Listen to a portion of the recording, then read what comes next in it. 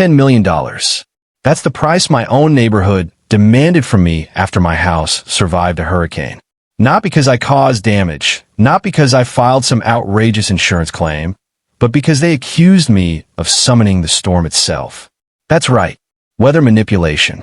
My neighbors, whose lives I'd just helped protect, signed sworn affidavits claiming I called down a Category 4 hurricane to destroy their homes while somehow sparing mine. And their proof? My house was too prepared, too perfect, too suspicious.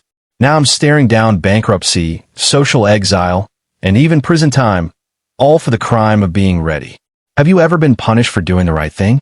Stick with me, because this story gets darker than you think. Hurricane season was just around the corner when all this began. While most people were scrolling through social media or complaining about the heat, I was tracking a storm system off the coast of Africa. I've been following it for 3 weeks before anyone else even noticed it on the news.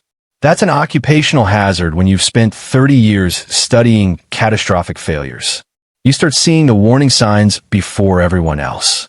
By the time Hurricane Gideon formed, I already knew it wouldn't be a minor inconvenience. It was going to be a monster, a Category 4, if not stronger. I tried to warn Catherine Stewart, head of the HOA, that very afternoon. Everyone needs to evacuate or at least prepare seriously, I told her. She smiled that infuriatingly dismissive smile. The Weather Service says Tropical Storm Patrick. You worry too much. The Weather Service updated every 6 hours. I've been running my own models every 30 minutes. Gideon was strengthening exactly where I thought it would. And then she said something that still chills me. Funny how you know so much more than the professionals. Almost like you have inside information. Her words hung in the humid air, heavy and loaded.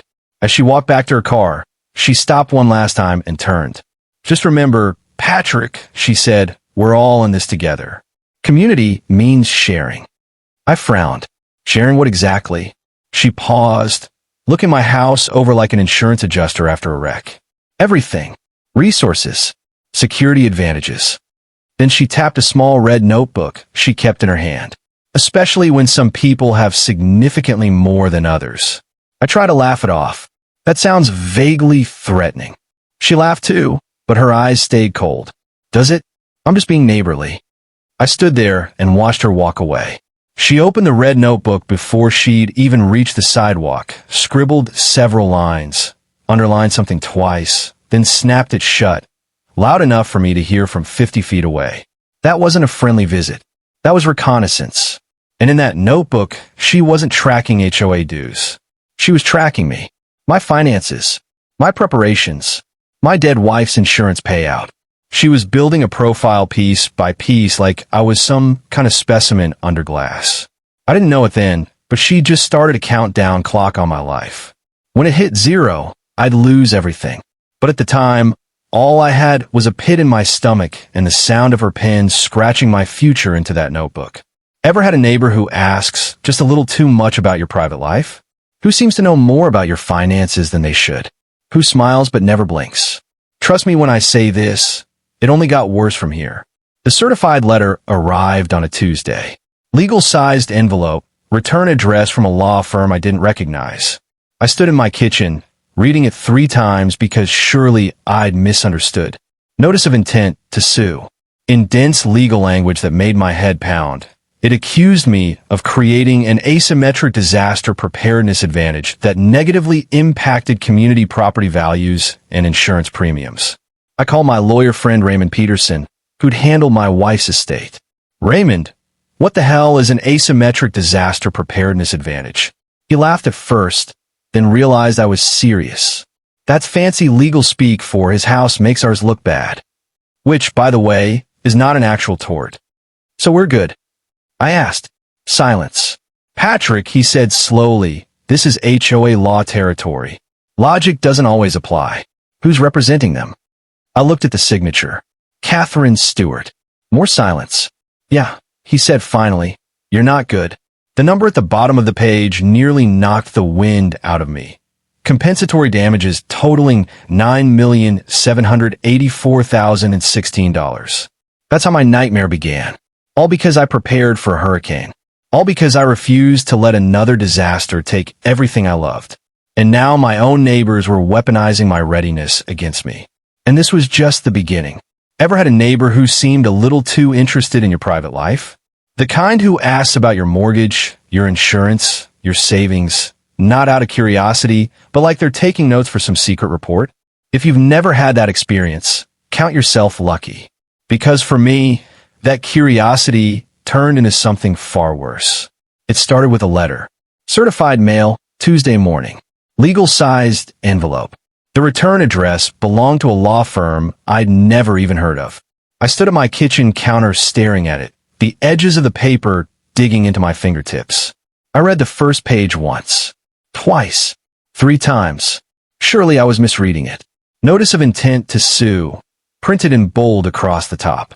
And beneath it, in dense legal jargon that made my temples throb, was the actual accusation. I'm not making this up.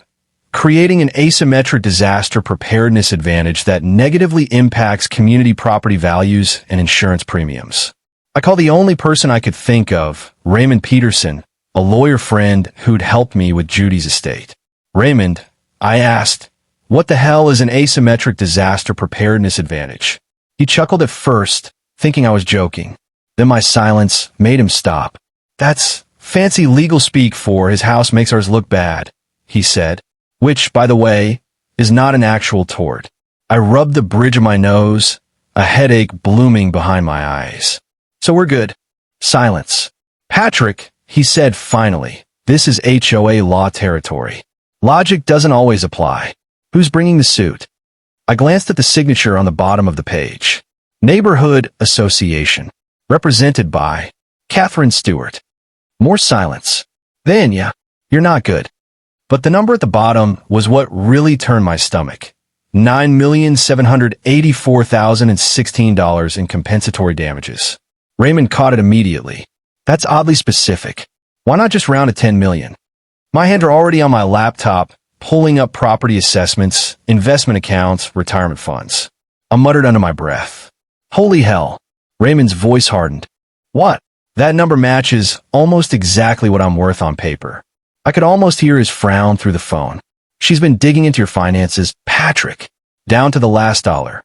I felt sick. Catherine hadn't just been watching me. She'd been running the math, like a farmer weighing livestock before slaughter. 3 days later came the community meeting, the one that still burns in my memory. I'd spent years helping these people, lending tools, boarding up windows before storms, pulling cars out of floodwater. But that night, they were strangers. Predators, even. The community center was packed. The air was heavy with heat and suspicion. Catherine stood at the podium in a blazer and pearls, her infamous red notebook open like a ledger of sins. Patrick's overpreparation affects all our insurance rates. She began, her voice sharp but calm. His fortress of a house makes our normal homes look high risk to insurance companies. Mrs. Patterson raised her hand timidly. That doesn't sound right. Catherine cut her off smoothly. Insurance companies assess neighborhood risk as a whole. One bunker brings everyone else's premiums up. It's basic actuarial science. Johnson, the contractor, nodded like an obedient student. She's got a point. My premiums doubled last year. I stood. That's not how actuarial tables work. Risk is assessed per property, not per neighborhood aggregate. Catherine's voice rose over mine. Are you an insurance expert, Patrick? Or just someone who knows how to spend money on unnecessary precautions? The room went still. I scanned the faces, people I'd barbecued with, rescued during storms. Most looked down, but one face stood out. Thomas Mitchell, the HOA treasurer. He was pale, sweating, fumbling with his pen like a kid caught cheating on a test. During the break, something happened that snapped everything into focus. Catherine was checking her phone frantically. For just a second, I caught a glimpse of her screen, Belle of Baton Rouge Casino. Account balance, $47,382. She noticed me looking and quickly locked it. Just checking emails, she said, forcing a smile. But that wasn't an email app. That was a casino app. And that red negative sign was all I needed to see. When we reconvened, Catherine put the HOA budget on the projector. That's when my investigator's brain went into overdrive. Community insurance premium, $36,000 annually. I did the math on the spot. $300 per property per month times 120 homes. Wait, I said, trying to keep my voice even. That's $300 per property per month. But our policy only covers $150,000 per home. She clicked to the next slide quickly. Those are complicated actuarial calculations. Moving on. No, I said louder now. Those are simple multiplications. Something doesn't add up. That night, I pulled out every document I had. Judy's voice echoed in my head. She'd always been the one to read the fine print. Always read the fine print, Pat. So I read. And then I saw it. Our actual coverage maximum was $150,000 per property, but we were paying for $300,000. 3 years of payments. $150 difference per month times 120 homes times 36 months. $648,000. Over $500,000 in premiums for coverage that didn't even exist. I called the insurance company the next morning. Yes, sir, the agent confirmed. Your HOA has a group policy for $150,000 per property. It's been 3 years. My hand shook, but we're paying premiums for twice that amount. Professional silence. You'd need to discuss that with your HOA administrator. I already know the answer, I said. But who negotiated this rate? Clicking keys. Let me check. Catherine Stewart. She's been your association's insurance representative for 3 years. I hung up, staring at the wall. Catherine hadn't just skimmed the premiums. She'd engineered the entire scheme from the inside. I found Thomas Mitchell at the grocery store 2 days later, cornered him in the produce aisle. Thomas, I said quietly, I need you to be straight with me. What's the actual insurance coverage? His face collapsed like paper. $150,000 per property, he whispered. And we pay for $300,000. He looked like he might cry. Patrick, my wife has dementia. Her care costs $8,000 a month. Catherine pays me a bonus every quarter. She said it was legal. Some kind of administrative fee. Anger and sympathy warred inside me. Thomas, this is embezzlement. He wiped his eyes with the back of his hand. I know. God help me, I know. But Susan needs that care. What could I even say to that? You sold out 120 families for a bonus? He looked at me with hollow eyes. I sold out 120 families for my wife. You'd do the same if Judy were still here. The worst part was, I didn't know if he was wrong. 3 days before Hurricane Gideon made landfall, I saw Catherine at a coffee shop downtown with an insurance adjuster. I wasn't spying, just getting coffee. But through the window, I saw that red ledger open on the table. So we're clear on the claims process? She asked. The adjuster nodded. Minimal payouts. Most will be denied for insufficient coverage as outlined in the actual policies. Catherine checked something off in her ledger. And the ones who discover the discrepancy? He shrugged. We say it's their responsibility to verify coverage limits. It's in a fine print. She wasn't reacting to a disaster. She was orchestrating one. She'd set up the embezzlement, coordinated with the adjusters, and now she was just waiting for the storm to hit so she could watch the neighborhood collapse. This wasn't opportunism. This was premeditation. A script she'd written months ago. And now, nature was about to play her final act. The last community meeting before evacuation was chaos. People packing, shouting about whether to stay or go. I tried to raise the issue of our insurance again. Patrick, not now, Catherine snapped. I held up the paperwork anyway. It doesn't match. We've been paying double what the policy actually covers. The room shifted uneasily. Neighbors murmured. Others looked away. And that was the moment I realized the storm wasn't the only disaster headed our way. The first time Catherine's eyes cut into me, it was like a knife in the middle of a crowded room. Her voice was sharp, almost rehearsed. Convenient timing, Patrick. Bringing this up right before a hurricane you've been so eerily accurate about. The whispering spread like a fire in dry grass. Suspicion filled the air so thick I could almost taste it. People I'd known for years now avoided my gaze, their faces shifting from fear to doubt. Mrs. Patterson leaned close, her breath trembling against my ear. Patrick, maybe you should leave. People are starting to look at you funny. I scanned the room. These are my neighbors, my friends. Yet every familiar face now carried the same expression, the quiet calculation of whether I was friend or foe. The storm was 18 hours away, but already I'd painted a target on my back. The silence after chaos is always the worst part. But chaos was coming fast. Hurricane Gideon made landfall at 2:17 a.m.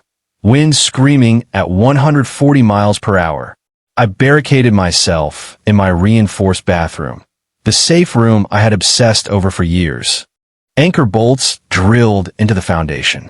Steel shutters built to withstand debris traveling at terminal velocity. Every late night spent tightening a bolt. Every dollar spent on preparation. All of it was for this moment. The house shook, groaned, and screamed in the wind like a living thing trying to tear itself apart. But held. I sat in the dark, counting seconds between gusts, hearing the storm try to tear my world to pieces. Outside, the sound were worse. Houses collapsing, glass exploding, roofs ripping off like tinfoil. Screams, carried on the wind like ghosts. I couldn't help anyone until it was over. All I could do was wait. When the eye passed over at dawn, I stepped out into a world that didn't look real anymore. The smell hit first, seawater and splintered wood, like a harbor and a lumberyard thrown into a blender. Mrs. Patterson's house had no roof. The young couple down the street? Gone. Their home erased like a line in the sand. Johnson's giant McMansion looked as though some titan had stomped on it. And my house? Perfect. Untouched. A middle finger to Mother Nature. I knew instantly how it would look. But there wasn't time for optics. People needed help. Patrick, thank God. Mrs. Patterson was crying, drywall, dust in her hair. Harold's trapped under the carport. I ran. Harold was pinned beneath a collapsed beam, conscious but in pain. I dragged him out, checked for fractures using the first aid training I'd kept up since my aviation days. Use my generator, I told Mrs. Patterson. Your oxygen machine? I've got power. She sobbed with relief. Thank you. Thank you. That was why I prepared. Not to gloat, not to survive in a vacuum, but to help when everything else went to hell. For the next 8 hours, I did just that. Pulling people from debris, lending out power, handing out food and water, using my satellite phone to call for help. For a moment, gratitude replaced panic. Neighbors hugged me, shook my hand, whispered thank yous. For a few hours, it felt like everything I'd done actually mattered. Then Catherine emerged from the municipal shelter. Her house was shredded, roof half gone, one wall collapsed, but she didn't even look at it. Instead, she pulled a red leather notebook from her bag and fussed over it like it was the only thing that mattered. She dabbed it with a towel, eyes locked on the pages. Catherine, is everyone in your family okay? I asked. She barely looked up. What? Oh yes, fine. This needs to dry properly. I stared at her.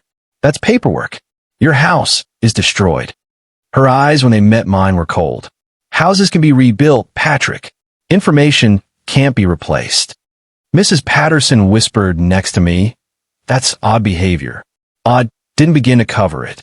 The woman had just survived a Category 4 hurricane, and she was treating a notebook like a lifeline. By noon, the insurance nightmare began.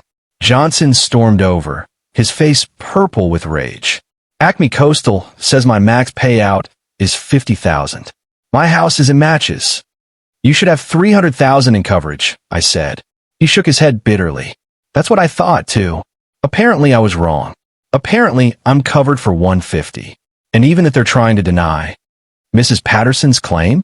Denied entirely. Hurricane damage not covered for hurricane insurance. The young mother? Accused of neglecting her property. One by one, every claim lowballed or denied. Over $15 million in losses. Maybe $2 million in payouts if they were lucky. Catherine had set this up. The embezzled premiums were just the appetizer. The real money was whatever she planned next. And that's when the theory started spreading. Anyone else think it's weird Patrick's house is completely fine? Catherine asked at the emergency community meeting 2 days later, her voice calm, almost sympathetic. Mrs. Patterson tried to defend me. He prepared better than we did. Did he? Catherine tilted her head. Or did he know something we didn't, like exactly where the storm would hit? The room's energy shifted. I felt it like a temperature drop. I tracked it with the same data available to everyone, I said, trying to stay calm. Catherine nodded, as though she understood. But you're the only one who acted on it. Makes you wonder why. Day 2. Patrick predicted the storm perfectly. Day 3. His house survived like a miracle. Day 4. He used to be a federal investigator. Day 5. What if he knew exactly where it would hit? I found Weather Wizard spray painted on my garage door in red. The irony would have been funny if it weren't my house. 30 years spent preventing disasters, and now I was accused of causing them. My phone lit up. 47 missed calls. 89 messages. Patrick, people are talking. Please be careful. Mrs. Patterson, we know what you did. Unknown number. My kids are homeless because of you. Unknown. Community meeting tomorrow at 7 p.m. You need to be there. Unknown. Yesterday, these people were thanking me. Today, they were threatening me. For what? For surviving? For preparing? For not being reckless? Raymond called. Patrick, don't go to that meeting, he said, his voice tight. Why? What's happening? I'm hearing rumors. Bad ones. Something about legal action. Legal action for what? I saved people today. I shared everything I had. That's not how they're seeing it. They're seeing your perfect house next to their destroyed ones and asking why. I wanted to scream. Instead, I asked, so what do I do? Honestly, I don't know, he said. This is mob mentality. Then came the text that crystallized everything from Catherine. Tomorrow, 7 p.m. Community Center. We need to discuss your unusual survival and what it means for everyone else's insurance claims. Attendance is mandatory. I'd spent all day pulling people from rubble, sharing my generator, my supplies, my preparation, everything I'd done to help. And somehow I'd become their villain. The scapegoat for a natural disaster I couldn't control any more than I could stop the sunrise. But people need someone to blame when their world collapses. And I was convenient, prepared, safe, different. 24 hours ago, I was their hero. Now I was their target. And somewhere, in a hotel room because her own house was too damaged to live in, Catherine sat carefully drying the pages of that red leather notebook, making notes about how her plan was proceeding perfectly. Has anyone else ever been blamed for something you had nothing to do with? Has anyone else done everything right, only to end up looking guilty? Because right now, I need to know I'm not alone in this insanity where preparation looks like guilt and survival looks like conspiracy. Where I come from, being smart enough to read a weather forecast doesn't make you a genius. It makes you a witch. Welcome to Louisiana, 2025. Apparently, we've learned nothing from history. The community meeting was still 3 days away, but the neighborhood had already splintered into factions. About 40% were convinced I had somehow manipulated the weather. Another 30% thought I was innocent but off. The remaining 30% didn't believe in magic, but couldn't quite shake the suspicion that something about me was wrong. I came home a day after Weather Wizard was spray painted across my garage to find my next surprise. A man stood there with a paint can in his hand, trying to scrawl another accusation. This time the red letters formed only one word: murder. I slammed my truck door so hard the echo bounced down the street. Mike, what the hell are you doing? He spun around, eyes red, paint and trembling. Streaks of tears cut paths through the grit on his face. My kids are sleeping in a motel, Patrick. 3 months. That's what the insurance company says before they even think about paying. Every night they ask when we can go home. I have no answer. The pain can shook harder. Mike, listen to me. This isn't on me. You know who set this up? He hurled the can at the driveway. Red splattered across the concrete like blood. Don't start with your theories. Somebody has to take the blame. Mrs. Patterson rushed over, arms out as though she could physically hold back his grief. Mike's voice cracked like glass. If it's not you, then who? Who do I tell my kids is responsible? And that's when I understood. This wasn't about logic. This was about desperate grief searching for a target. And I was convenient. Later that afternoon, my phone rang. Unknown number. I almost didn't answer. Mr. Bailey? A woman's voice, steady but cautious. This is Emily Carter. I'm a journalist with the Gulf Coast Register. I'd like to ask you some questions about Catherine Stewart. My heart rate spiked. What about her? You're not the first person to contact our tip line about her. In fact, you're the ninth. The room tilted. I'm sorry. What? 8 other towns, she continued, her words quickening. 3 in Louisiana, 2 in Mississippi, 1 in Texas, 2 in Alabama. Always the same pattern. Always after a natural disaster. She uses different names, but the playbook never changes. I sat down hard. She's done this 8 times before. Emily's voice turned grim. Under 4 different names. Karen Miller in Jackson. Catherine Mills in Biloxi. Kate Stevenson in Galveston. She positions herself as HOA president or insurance coordinator, embezzles the premiums, the disaster hits, claims get denied. Then she accuses the most prepared resident of profiting. Legal pressure builds until the victim either pays a settlement or flees the state. She moves before investigations catch up. My stomach turned cold. How much has she stolen? Keys clicked faintly on her end. From the previous 8 victims? Roughly $3. 8 million. My voice came out a whisper. And no one's caught her. She's smart, Emily said. Changes names. Moves jurisdictions. Targets isolated victims when oversight is weakest. One victim didn't survive the pressure. The rest paid or disappeared. By the time we hung up, I felt sick. For the first time since the storm, I realized I wasn't simply being scapegoated.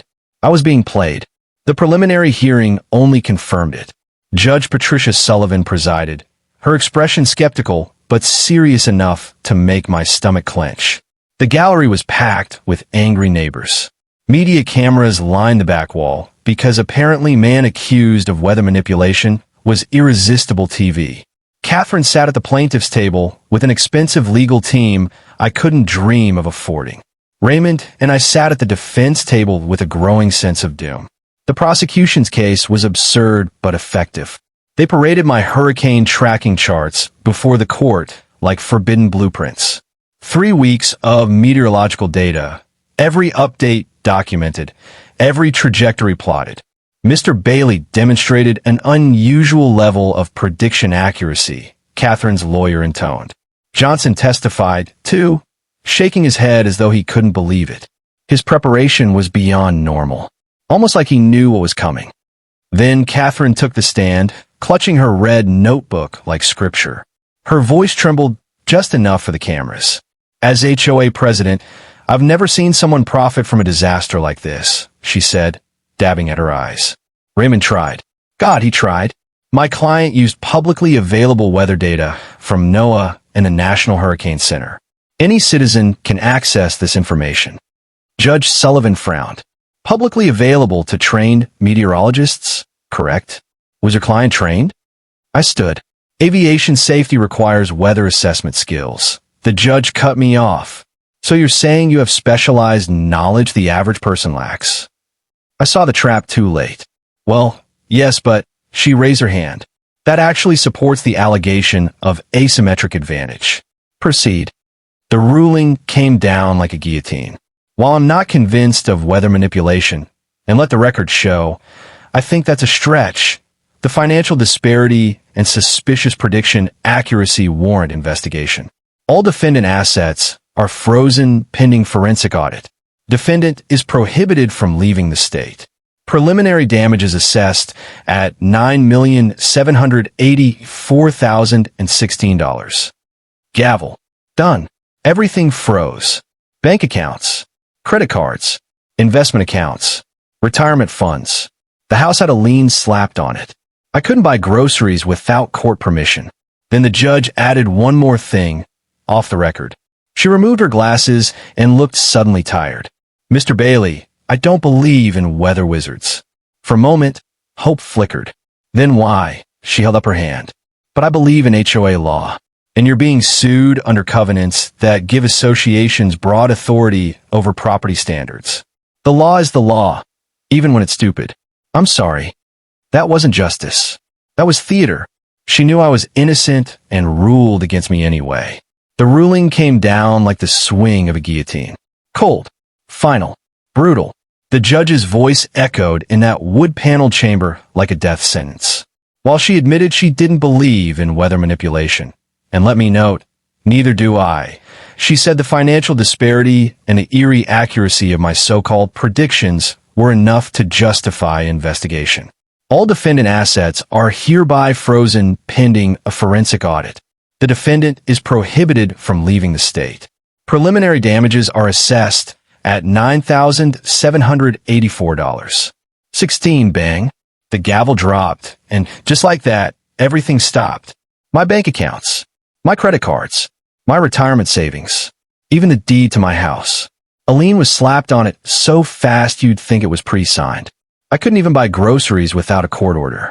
And then came the moment that broke me. The judge leaned back, took off her glasses, and looked suddenly older, almost weary. "Mr. Bailey, off the record," she said softly. "I don't believe in weather wizards." For the first time in weeks, a flicker of hope surged through me. If she didn't believe in the central accusation, maybe she raised her hand to cut me off. But I do believe in HOA law, and you're being sued under HOA covenants. Those rules give associations broad authority over property standards. The law is the law, even when it's stupid. And then, with the kind of sorrow that only comes from someone forced to do something they know is wrong, she whispered, "I'm sorry. That wasn't justice. That was theater." She knew I was innocent. And still, the system ground me under its heel. I had survived a Category 4 hurricane. But the legal system? It destroyed everything I had built. That afternoon, I sat across from Emily Carter in a dim little coffee shop at the edge of town. She spread out papers like a detective unveiling evidence from a murder scene. "Catherine Stewart," she said, tapping the name written at the top of one document. Not her real name. Her real name is Karen Strickland. She pushed a typed list toward me. 9 entries. Victims 1 through 8. And then me. Victim 9. Each line had a name, a location, a year, a disaster type, and a settlement amount. When my eyes hit victim number 2, my stomach turned to ice. James Morrison, Biloxi, Mississippi. 2015. YF4 tornado. Settlement. $380,000. Outcome deceased. My hand shook. He didn't survive. Emily nodded grimly and laid out photographs. His underground shelter had saved his wife and kids. 16 of his neighbors died in that tornado. James had done everything right. And yet, she pulled out old newspaper clippings. Catherine, back then using the alias Catherine Mills, was the HOA insurance coordinator. Same pattern. Embezzled premiums. Denied his claim. Accused him of suspicious preparation. Emily's voice dropped. The community turned on him completely. Someone burned his car. Vandals destroyed the shelter that had saved his family. His employer fired him just to avoid the controversy. I stare at the coroner's report in front of me. March 17th, 2016. James Morrison hanged himself in his garage. Investigators found a charred red notebook nearby, half-burned. He had tried to destroy it before taking his life. Bile rose in my throat. She killed him. Emily nodded. Not legally, but 16 people died in that tornado. Catherine made sure James was victim 17. I stared again at the list. 9 victims, 12 years, $3, 8 million stolen. This wasn't fraud. This was predation. She had perfected a system that fed on disaster victims like a vampire draining blood. And she kept her trophies in a red leather notebook, her kill record written in neat rows. I could be number 10, I whispered. Emily leaned forward, her eyes locked on mine. That's why we have to stop her. But Patrick understands something. She's never lost. 8 for 8. Every victim either paid, fled, or died. The weight of it nearly crushed me. That night, I sat at Judy's grave in the rain. My clothes clung to my skin, but I didn't care. "Judy," I whispered. "They froze everything. The neighbors hate me. Another man killed himself after she destroyed him. Maybe I should just pay. Maybe I should sign it all over, disappear like the others." I touched her headstone. "You always said I was too stubborn to quit. But maybe stubborn is just another word for stupid." My phone buzzed. Emily Carter. Her message, "Don't give up. She made a mistake." I nearly laughed. She's made 800 mistakes, and she's still winning. But Emily was insistent. "No, a new mistake. Yesterday, On live TV, she bragged about the case. She mentioned deductible amounts, internal coverage limits, claims timelines, specific insurance company procedures. Patrick, how would a normal HOA president know those details? She wouldn't. Only the architect of the fraud would. The rain ran down my face, but suddenly I was wide awake. Emily's voice sharpened. If we can get that red ledger on camera, we can prove she's the mastermind. But she has to bring it out herself. We need her to believe she's already won. That was the start of the plan. Raymond's office became our war room. Maps, notes, and photos littered every surface. Raymond, Emily, Thomas, and I sat around his conference table like a broken-down heist crew. We have 48 hours before the court finalizes the asset seizure, Raymond said flatly. Once that happens, everything transfers into escrow. Emily spread out photos from past cases. Every image, every state, every press appearance. The red leather notebook was always there, sitting within arm's reach. She guards it like nuclear codes, Emily said. But she also can't resist showing it. It's her trophy collection. Thomas nervously tapped his pen. She's paranoid. If she senses a trap, it's over. I asked the obvious question. Raymond, your fee? My accounts are frozen. I can't pay you. He leaned back, smiling faintly. Patrick, you saved my sister during that hurricane. Your generator kept her alive when hospitals couldn't. I owe you more than money. And besides, I'm on contingency. If we win, I take 30% of the damages. If we lose, I get nothing. Before I could protest, Emily cut in. The press conference? Equipment, rental, my paper's covering it. This is investigative journalism. We have the budget. For the first time in weeks, I felt the crushing weight ease just slightly. The plan was simple, at least in theory. I call a press conference, invite every outlet in town, stand in front of cameras, and confess to weather manipulation. It would be too tempting for Catherine. Her victory parade, her chance to gloat, her vindication. She'd bring the red ledger to document every word of my so-called confession. Hidden cameras would do the rest. But what if she didn't bring it? Raymond pulled up photo after photo of her past cons. In every single one, that notebook sat close by. She can't help herself, he said. It's her addiction, Emily added, and I'll interview her beforehand. I'll steer the questions toward her record keeping. If she references her digital backup, we've got her doubly exposed. We spent 12 hours setting up the tech. Hidden cameras inside air vents. Directional mics disguised as exit signs. Backup recordings streamed live to encrypted storage. If she finds the cameras, Raymond warned, we're done. One shot. That's all we get. The next morning, I tried the first test run. I approached her at a coffee shop. Catherine, I said carefully, can we talk? I want to settle. Her eyes narrowed instantly, sharp and suspicious, like a predator deciding whether the prey was faking weakness. If you're trying something, I raised my hands, defeated. No tricks. I'm exhausted. You've won. The words burned my tongue as I said them. I'll sign over the house. Liquidate whatever I can. Pay whatever you demand. Just make it stop. The media, the threats, the humiliation. I can't take it anymore. She studied my face with the kind of suspicion predators have for prey that suddenly stops running. Why the sudden change? I forced my shoulders to slump. Tried to look broken.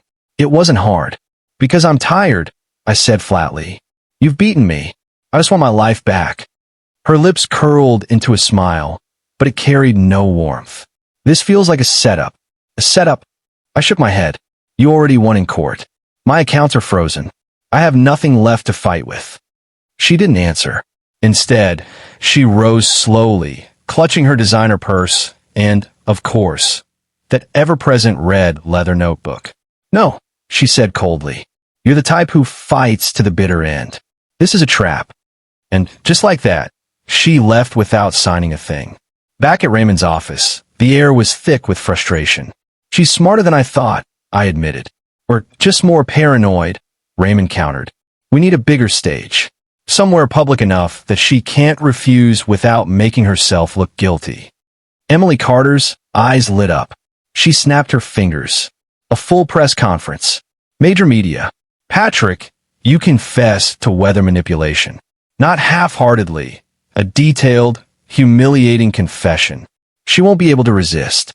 It's her Oscar moment. I stared at her like she had lost her mind. You want me to publicly admit to a crime I didn't commit?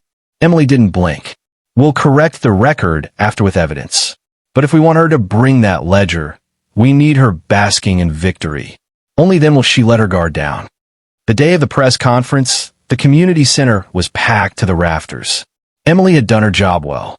3 TV stations. Litigation. Raymond's face went pale. I know that guy. He represented 2 of the earlier victims. Thomas, standing near the entrance, accidentally greeted him by name. Mr. Tillman, good to see you again. The lawyer froze. Have we met? Thomas stumbled. You handled the case. But it was too late. Emily's camera had already caught it. Same lawyer. Multiple victims. Multiple states. That wasn't coincidence. That was a coordinated operation. It was 6:58 p.m. 2 minutes to Showtime. 2 newspapers. A couple of online blogs. Even a true crime podcaster with a mic clipped to his hoodie. The buzz in the air felt electric. From backstage, I saw Catherine arrive 30 minutes early, striding in like royalty. Designer clothes that looked suspiciously like they were paid for with stolen money. And clutched in her hand, her holy relic, the red leather notebook. She took a front row seat, opened the notebook to a blank page. Pen in hand, eyes locked on the podium. She looked like a child waiting to unwrap presents. Emily intercepted her with an easy smile. Miss Stewart, how do you feel about today's events? Catherine nearly glowed with satisfaction. Vindicated. I've documented every step of this process. Emily tilted her head innocently. Documented how? For your records? Catherine held up the red ledger as though it were a crown jewel. Everything's in here. Plus digital backups, of course. Encrypted cloud storage, multi-factor authentication. I'm very thorough.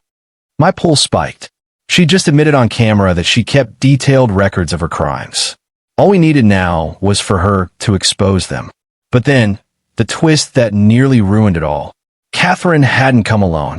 Sitting beside her was Marcus Tillman, a high-profile lawyer from Chicago who specialized in disaster. Catherine sat in the front row, ledger open, pen ready, her lawyer beside her. She was smiling like the game was already over. I stood backstage, heart pounding like a war drum. 30 years of studying how things fail, and now it came down to this moment. Could I engineer success?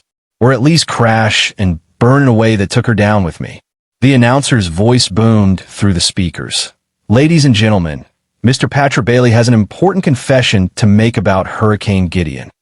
I stepped to the podium. Every eye turned to me. Every camera light blinked red. Catherine leaned forward, pen hovering over paper, her phone screen briefly visible. Her casino account balance sat at $89,000. She wasn't just confident. She was desperate. That made her dangerous, but also predictable. Have you ever had to play dumb to catch someone in their own lie? Pretending not to see what they're doing, so they overplay their hand? That's exactly what I was about to do. Thank you all for coming. I began, gripping the podium. You want to know how I controlled Hurricane Gideon? The room collectively leaned forward. Catherine's pen touched paper. I paused just long enough for tension to snap taut like a rope. Simple answer, I didn't. Because that's insane. The dam broke. Catherine shot to her feet, screaming. You're all idiots. Idiots. I gave you years of perfect HOA management. Her voice cracked. Her hand shook. Makeup streaked down her face. The polished mask shattered. You believed I could control the weather? How stupid are you people? The room sat in stunned silence. Cameras caught every second as she ranted. You deserve to lose everything. You believed in magic instead of basic math. That doesn't make me the villain. Her face twisted with fury. I needed the money. The casinos, I had debts. Collectors were threatening to. She froze, realizing she had just confessed out loud. But it was too late. Deputies had already slipped into the room. Raymond stepped forward. Miss Stewart, he said firmly, we have a warrant for your arrest. Catherine collapsed into her chair, still clutching the red notebook like it was her lifeline. You don't understand, she sobbed. I needed it. 40,000 a month. Do you know how fast you can lose 40,000 a month? I wasn't trying to hurt people. I just needed to cover my losses. One more big score and I could quit. Her voice broke to a whisper. I could get clean. Raymond's jaw tightened. Gambling addiction. She funded her habit with other people's disasters. An unexpected sadness washed over me. She wasn't some criminal mastermind, not a genius predator, just a broken addict who had found a lucrative way to feed her habit. Pathetic but still deadly. When deputies tried to cuff her, she lunged for the red notebook one last time. That's my life's work. Everything I built. The sheriff pried it gently from her hands. Ma'am, this is evidence in 9 fraud cases. Let go. The fight left her body. Her shoulders sagged. As they let her out, she wailed one last desperate cry. I would have gotten away with it if Bailey hadn't been so paranoid about preparation. I couldn't resist. It's not paranoia if someone's actually out to get you, Catherine. Her lawyer tried to bolt out the side exit, but Raymond blocked him. A state investigator appeared from the crowd. Marcus Tillman, we have questions about your involvement in 6 cases across 4 states. The color drained from his face. I want my lawyer. Raymond smirked coldly. Good luck finding one. The room erupted. Reporters shouting questions, neighbors crying, everyone trying to process what they had just witnessed. Through the chaos, Mrs. Patterson pushed forward, tears streaming down her face. Patrick, I'm so sorry, she choked out. We turned on you. We believe her lies. We believe in magic instead of basic math. Exhaustion hit me like a wave. My voice was hollow. People believe what they want, I said quietly. Especially when they're scared. They say the quickest way to destroy someone isn't with fists or bullets. It's with exhaustion.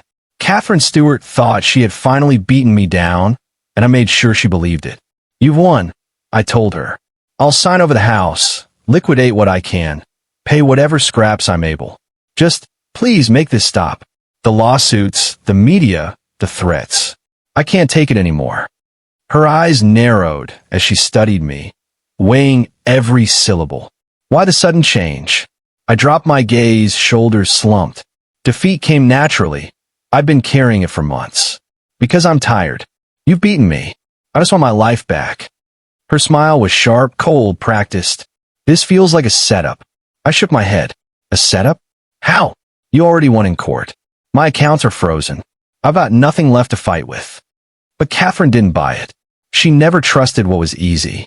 Clutching that ever-present red notebook, she rose, tucking her purse under one arm. No, you're the type who fights to the bitter end. This is a trap. And with that, she left, notebook clasped like a relic. Back in Raymond's office, the truth spilled out of me. She's sharper than I thought. But just more paranoid, he said grimly. Emily Carter leaned forward, fingers drumming the table. Then her eyes lit up. We don't just need a trap. We need a stage. Something so public that Catherine can't resist. Performing. She needs to see herself winning in front of an audience. I frowned. And how do we do that? Her grin was almost wicked. A full-blown press conference. You stand up and confess, on camera, to the most ridiculous crime imaginable. Controlling the weather. She won't be able to resist showing up, ledger in hand, waiting for her moment of triumph. This will be her Oscar night. I stared at her, incredulous. You want me to confess to weather manipulation? Emily's nod was calm but firm. We'll reveal the truth immediately after. But first, we need her comfortable enough, arrogant enough, to expose herself. Only then can we catch her red-handed. I hated the plan, but I hated losing more. The night of the conference, the community center was electric. Reporters, photographers, podcasters, even curious locals packed the hall. Emily had done her job too well. From backstage, I spotted Catherine arriving early, as if she couldn't wait to witness my humiliation. She wore expensive clothes that screamed stolen money, and in her hand, the red notebook. She slid into the front row, flipped to a blank page, and poised her pen like a predator sharpening its claws. Judy intercepted her with a microphone. Miss Stewart, how do you feel about tonight's events? Catherine's face glowed with smug satisfaction. Vindicated. I've documented every step of this journey. Judy tilted her head. Documented how? Just for your records? And that was when Catherine, in all her vanity, lifted the red ledger high. Everything's in here. And of course, backed up digitally. Encrypted, secure. I'm nothing if not thorough. My pulse spiked. She had just admitted, on camera, to compiling and preserving the evidence of her own crimes. All that was left was to get her rattled enough to reveal what lay inside. But then came the twist I hadn't anticipated. Catherine hadn't come alone. She brought a lawyer. Not just any lawyer. Marcus Tillman, a disaster litigation specialist from Chicago. The moment Raymond saw him, the blood drained from his face. I know that man. He represented two of her past victims. Thomas, serving as a greeter, blurted out instinctively, "Mr. Tillman, good to see you again." Tillman blinked. "Have we met?" Thomas froze, realizing the slip too late. "You handle the case," and he clamped his mouth shut, but the damage was done.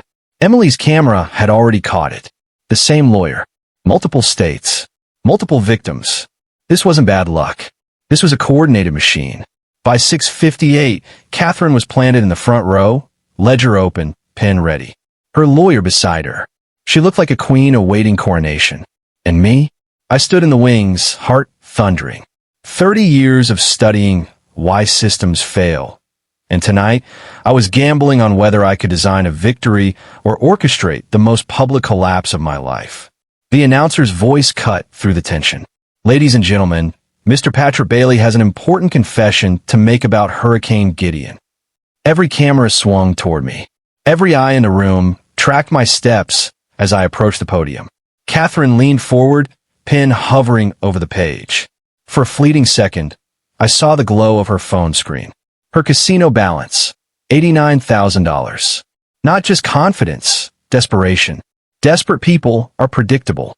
I gripped the podium, took a breath. "Thank you all for coming. You want to know how I controlled Hurricane Gideon?" The room stilled. Catherine's pen touched paper. I let the silence stretch, then dropped the hammer. Simple answer, I didn't. Because that's insane. The explosion was instant. Catherine shot to her feet, voice cracking. "You're all idiots. Idiots. I gave you years of flawless HOA management, and you actually believe this lunatic could control the weather? How stupid are you?" Her mask cracked wide open. Hair fell loose, makeup smeared. Rage poured out unfiltered. "You deserve to lose everything. You believed in magic instead of math. How does that make me the villain?" The room sat frozen, horrified. Then the slip, the one she couldn't take back. "I needed the money," she screamed. "The casinos, the debts, the collectors." Her words stopped short as realization struck, but it was too late. Deputies surged forward. Raymond's voice was steady as steel. "Catherine Stewart, we have a warrant for your arrest." She collapsed in her chair, clutching the red ledger like a lifeline. "You don't understand. $40,000 a month. Do you know how fast that disappears?" I wasn't trying to hurt anyone. Just one more score and I could have quit. Her mascara streaked down her face. Her designer suit looked suddenly like a cheap disguise. Raymond's whisper was heavy. Gambling addiction. She funded it through insurance fraud. For a moment, I felt something unexpected. Pity. Not the triumph I imagined. Not the thrill of victory. Just sadness. Catherine hadn't been a mastermind. She'd been a desperate woman feeding an endless hunger. Still guilty, still destructive, but tragically small. When deputies reached for her, she lunged at the ledger. "That's my life's work." They pulled it free. "Ma'am, this is evidence in 9 active cases. Let go." Her body deflated, all fight gone. As they dragged her away, she shouted one last time. "I would have gotten away with it if Bailey hadn't been so paranoid. I couldn't help it." I called after her. "It's not paranoia if they're really out to get you, Catherine." Her lawyer tried to slip away, but Raymond blocked his path. A state investigator closed in. "Marcus Tillman, you're wanted for questioning in 6 fraud cases across 4 states." Tillman blanched. "I want my lawyer." Raymond's smile was ice. "Good luck finding one." The room erupted, shouts, cries, flashing cameras.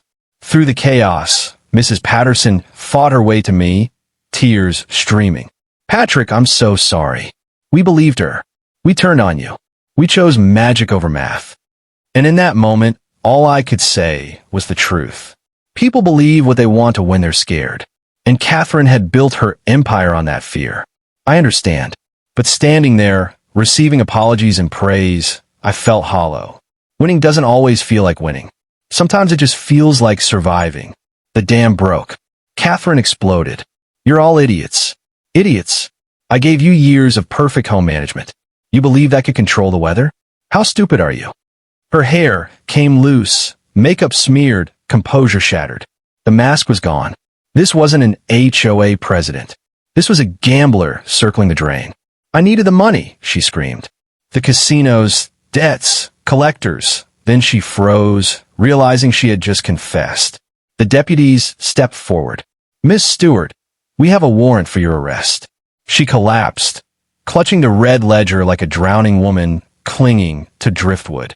Mascara streaked down her face. $40,000 a month. Do you know how fast you can lose $40,000 a month? One more big score and I could quit. I could get clean. Raymond muttered grimly. Gambling addiction. Insurance fraud to feed it. Not a mastermind. Not an evil genius. Just a woman burning lives to bankroll her habit. Pathetic but no less guilty. The investigation moved fast.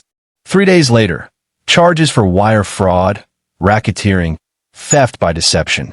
Her lawyer, Marcus Tillman, disbarred. 2 insurance adjusters, arrested. The entire network unraveled. 6 months later, Catherine stood in court wearing orange. Judge Sullivan sentenced her 8 to 12 years, $2. For million restitution, mandatory treatment. From president to cautionary tale in less than a year. The community called a meeting. A real one this time. Mrs. Patterson spoke first. Patrick, we turned on you because we were scared. She knew how to twist that fear. We owe you more than words. I looked around the room. Apologies are nice, but learning from it is better. What should we learn? Someone asked. That magic isn't real, but insurance fraud is. Don't trust someone just because they hold authority. And the person who prepares for disaster? That's not your enemy. That's the neighbor with a working generator when the lights go out. They listened, and this time they learned. The new HOA, under Mrs. Patterson's leadership, installed transparency as policy. Independent audits. Broker-verified insurance. No single person controls money. Basic stuff, revolutionary in practice. 2 years later, I stood in a classroom teaching disaster preparedness. 60 students packed the room, 40 more on a wait list. Rule 1, I said. If someone claims supernatural powers, check their bank account first. The class laughed. Rule 2, there's no magic. Only preparation, fraud, and really good marketing. A student raised her hand. My HOA president keeps asking questions about my home value. Should I be worried? I met her eyes. Document everything. Check your insurance yourself. And trust your instincts. Sarah's grave became a regular stop. I'd leave sunflowers. Hey, Sarah. Case closed. Catherine got 8 years. I'm teaching people not to be victims. You were right. I'm too stubborn to quit. Life went on. A new family moved in next door. The husband carried a notebook, and for a heartbeat, my chest tightened. Then I saw I was just a moving checklist. Not every notebook is a weapon. I'm learning to tell the difference. Hurricane season came again. This time, the neighborhood was ready. Shutters, emergency kits, a response team that didn't need me to lead it. One evening, Mrs. Patterson passed by as I checked my generator. Ready for another season? Always, I said. Physically and mentally. She smiled. Progress. That night, I sat on my porch with coffee, watching the sun set. Same chair, same porch, but everything different. The community had rebuilt more than houses. We rebuilt trust. Some storms you see on radar. Others only after they've passed. But preparation always beats panic, whether the storm is wind, water, or human.